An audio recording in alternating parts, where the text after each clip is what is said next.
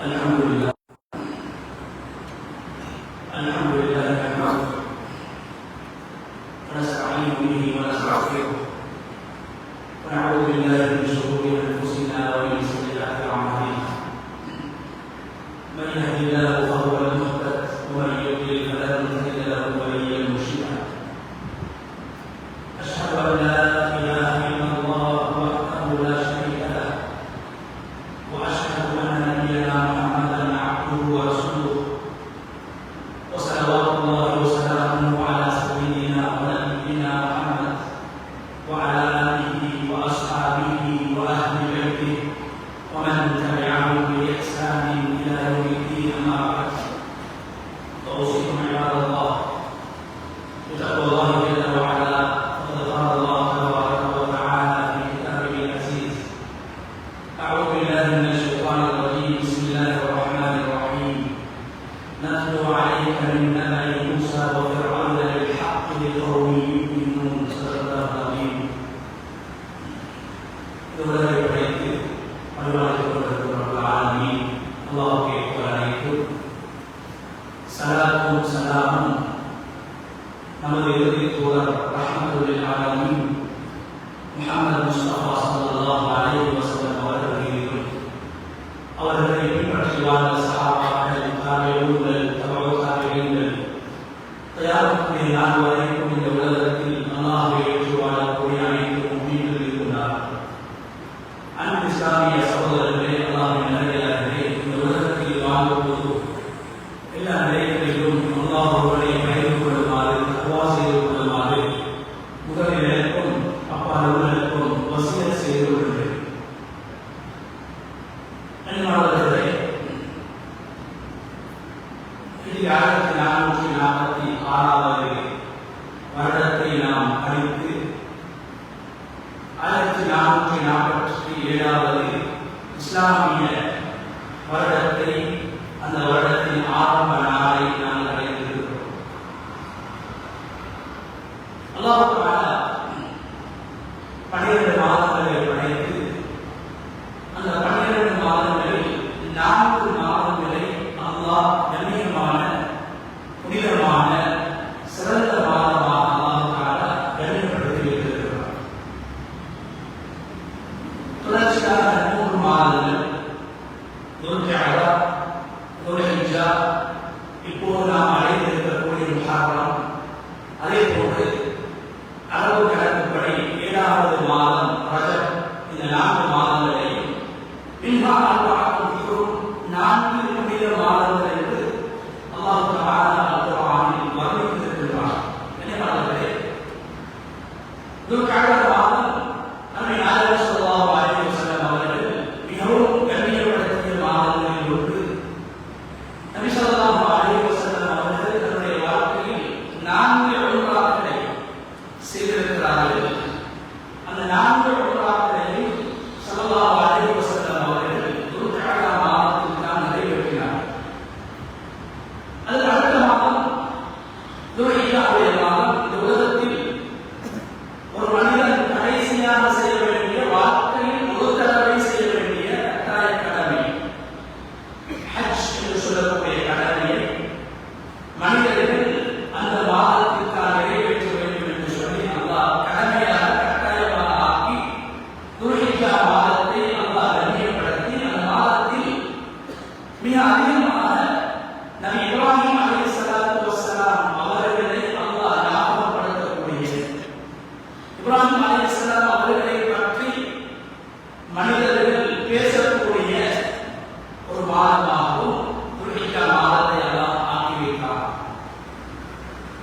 இப்போது மூன்றாவது இஸ்லாமிய புனித மாதம் முஹர்ரமுடைய மாதத்தை நாங்கள் இருக்கிறோம். பெருமாளர்களே, இந்த மாதத்துக்கு அருமை நாயகம் ஸல்லல்லாஹு அலைஹி வஸல்லம் அவர்கள் வைத்த பெயர் ஷஹ்ருல்லாஹ், அல்லாஹ்வுடைய மாதம் என்று சொன்னார்கள்.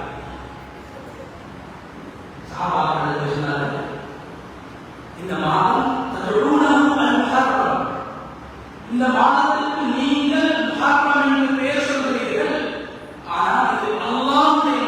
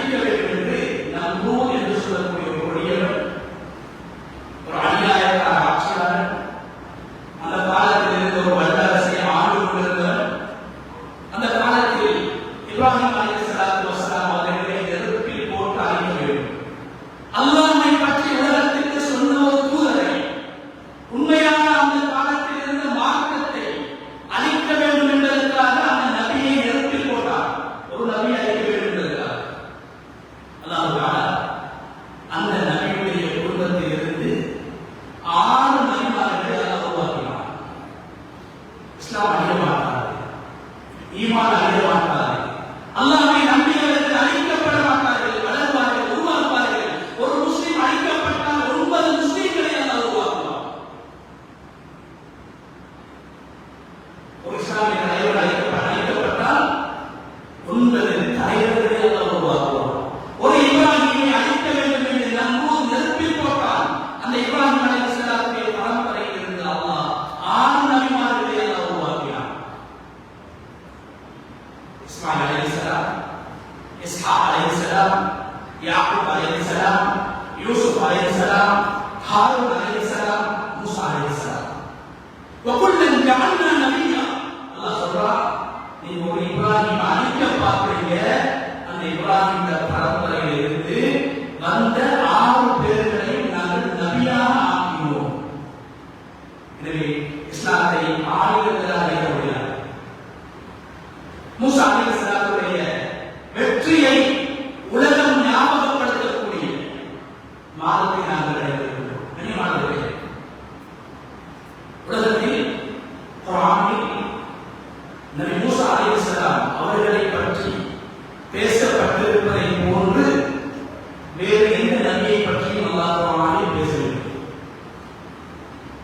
மூசா அலைஹிஸ்ஸலாத்தை பற்றி அல்லாஹ் குர்ஆனில் 34 சூறாக்களில், சின்ன சின்ன சூறாக்கள் கிடையாது, 34 பெரிய பெரிய சூறாக்கள், சூரா பக்ரா தொடக்கம் சூரா அன்-நாஸிஆத் வரைக்கும் 34 சூறாக்களில் 134 இடங்களில் 134 இடங்களில் அல்லாஹ் தஆலா நபி மூசா அலைஹிஸ்ஸலாத்துடைய பெயரை அல்லாஹ் பிரஸ்தாபிக்கிறார். 134 இடங்களில் அல்லாஹ் பிரஸ்தாபிக்கிறார்.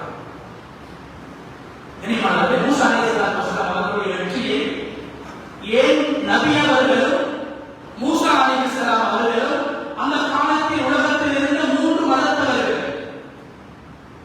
யஹூதிகள் மாத்திரம் அந்த நாளில் நோன்பு நோக்கவில்லை. முஹர்ரம் மாதத்துடைய 10வது நாள், குர்ஆனில் பிரஸ்தாபிக்கப்பட்ட நாள், அரஃபாவுடைய நாள். அல்லாஹ் குர்ஆனில் சொல்லியிருக்கிறார், அல்-யௌம அக்மல்து லக்கும் தீனக்கும் வ அத்மம்து அலைக்கும் நிஅமதி. சென்ற மாதம் நாங்கள் நோன்பு நோற்றோம், அரஃபாவுடைய 9வது நாள், அரஃபாவுடைய 2வது 9வது நாள். அந்த நாள் குர்ஆனிலே பிரஸ்தாபிக்கப்பட்டிருக்கிறது. இன்றைய நாள் இஸ்லாமிய மார்க்கத்தின் அடிப்படைகள் பூர்த்தி செய்யப்பட்ட நாள். அதே போல அல்லாஹ் இந்த முஹர்ரம் மாதத்துடைய மிக முக்கியமான நாள் நபி மூசா அலைஹிஸ்ஸலாம் அவர்களையும் அவர்களுடைய சமூகத்தையும் அல்லாஹ் பாதுகாத்து ஃபிரௌனையும் ஃபிரௌனுடைய சமூகத்தையும் அல்லாஹ் அழித்த முஸ்லிம்களுக்கு வெற்றி அளித்ததால் குர்ஆனில் பேசப்பட்டிருக்கிறது. எப்படி அரஃபாவுடைய நாளை அல்லாஹ் அல்-யௌம் என்று, இன்றைய நாள் என்று அல்லாஹ் பேசினானோ, அது போன்று ஆஷூராவுடைய தினத்தை அல்லாஹ் குர்ஆனில் பேசுகிறான். அடுத்த மாதம் 6வது நாள், அடுத்த மாதம் 6ஆம் தேதி ஞாயிற்றுக்கிழமை நாங்கள் நோன்பு நோக்க இருக்கக்கூடிய அந்த நாள் ஆஷூரா என்று சொல்லக்கூடிய நாள். மூசா அலைஹிஸ்ஸலாம் வெற்றி அடைந்த அந்த மாதத்தில் இருந்து இன்று வரைக்கும் அந்த நாளில் நோன்பு நோக்கப்படுகிறது. அந்த நாள் குர்ஆனில் பிரஸ்தாபிக்கப்பட்டிருக்கிறது. அல்-யௌம அக்மல்து லக்கும் தீனக்கும். இன்றைய நாள் உங்களுடைய மார்க்கத்தை நாங்கள் பூர்த்தி செய்திருக்கிறோம் என்று அல்லாஹ் அரஃபாவுடைய நாளை பற்றி சொல்வதை போன்று அல்லாஹ் தஆலா அல்-யௌம நஜீக பிபதனிக லிதகூன லிமன் கல்பக ஆயா. ஆஷூராவுடைய நாளில் அழிக்கப்பட்ட ஃபிரௌனோடு அல்லாஹ் உரையாடுகிறார். ஃபிரௌன் தன்னை ரப் என்று சொன்னவர். ஃபிரௌனோடு அல்லாஹ் உரையாடுகிறார். அல்-யௌம நஜீக பிபதனிக லிதகூன லிமன் கல்பக ஆயா. ஃபிரௌனே, இன்றைய நாள் முஹர்ரமுடைய 10வது நாள், உன்னை நாங்கள் உன்னுடைய உயிரை படைத்தாலும் உன்னுடைய உடம்பை நாங்கள் பாதுகாப்பாக வைப்போம், உன்னுடைய உடலை நாங்கள் அழிக்க மாட்டோம். கியாமத்துடைய நாள் வரைக்கும் உனது உடம்பை உலகத்திற்கு சான்றாக அநியாயத்தின் முடிவு அழிவுதான் என்பதை நிரூபிப்பதற்காக வேண்டி, சர்வதிகாரத்தின் முடிவு அழிவு, அநியாயத்தின் முடிவு அழிவு என்பதை காட்டுவதற்காக உனக்கு பின்னால் வரக்கூடிய ஆட்சியாளர்கள்,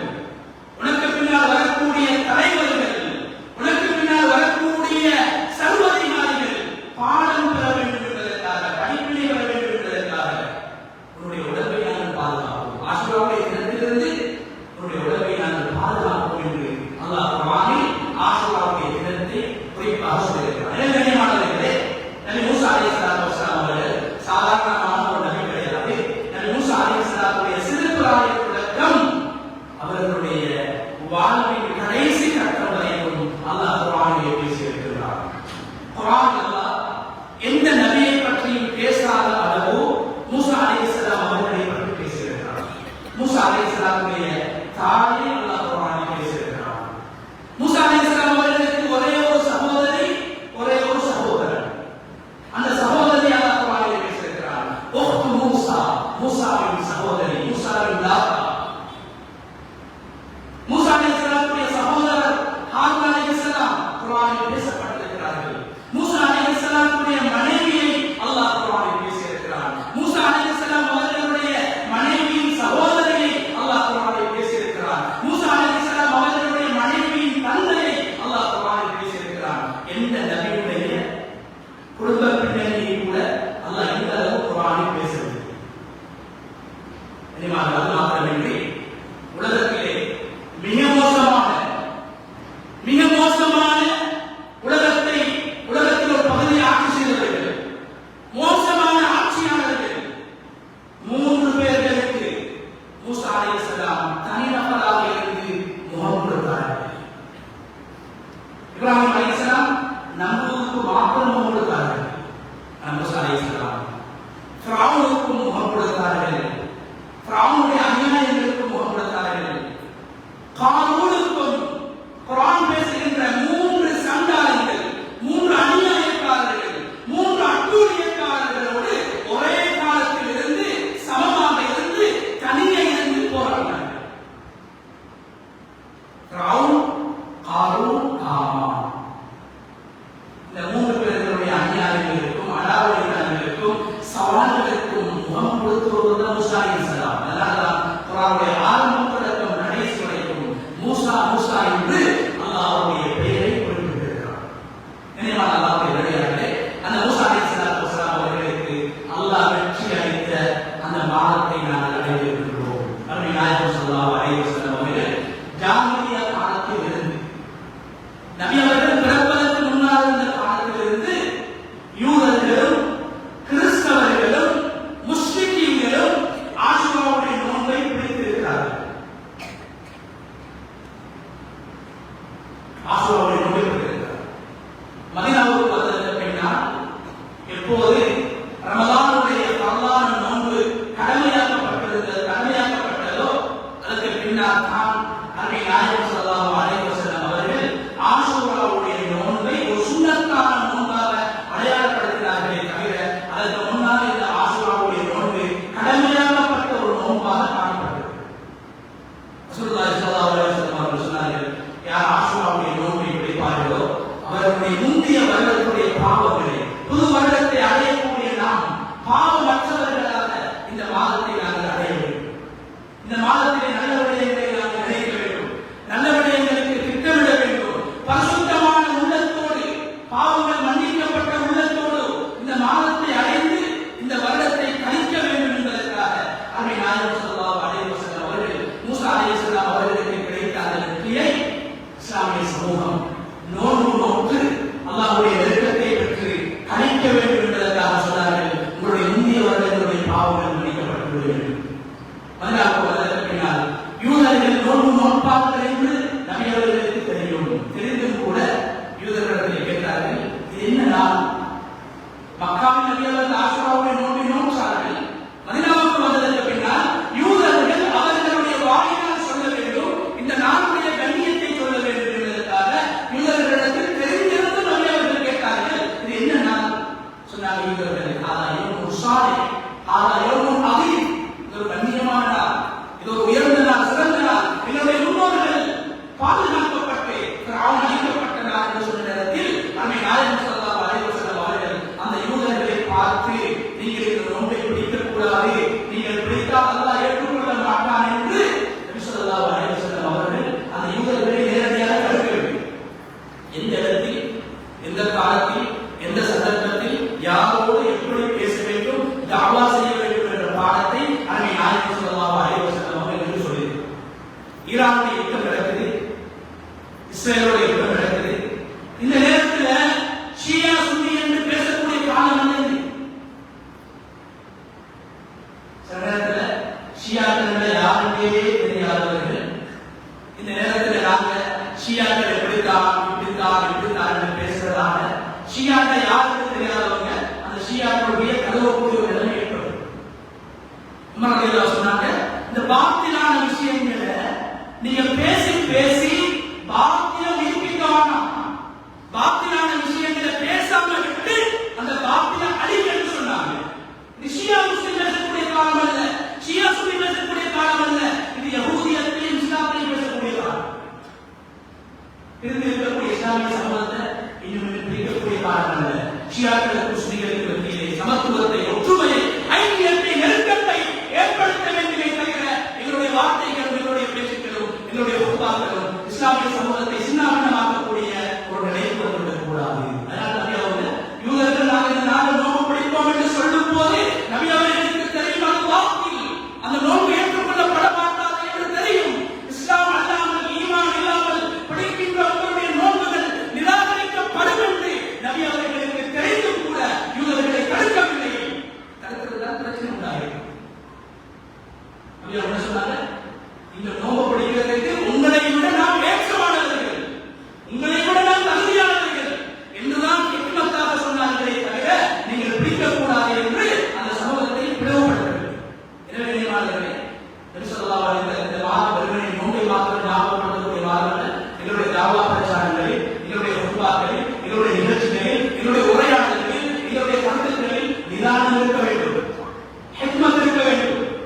எனவே மிக கவனமாக எங்களுடைய கருத்துக்களை ஊடகவியலாளர்களாக இருக்கலாம் அல்லது பேஸ்புக் போராளிகளாக இருக்கலாம், பேரையால் மாத்திரம் போராடக்கூடிய பேஸ்புக் போராளிகளாக இருக்கலாம், ஷியா சுன்னி என்ற சமூகத்தை பிரித்து யஹூதியத்திற்கு முன்னால் இஸ்லாமிய சமூகத்தை தலைமுறைத்த சமூகமாக, பிரிவினைவாதம் உள்ள சமூகமாக, பிரிந்து செயல்படுகின்ற சமூகமாக அடையாளப்படுத்த வேண்டாம்.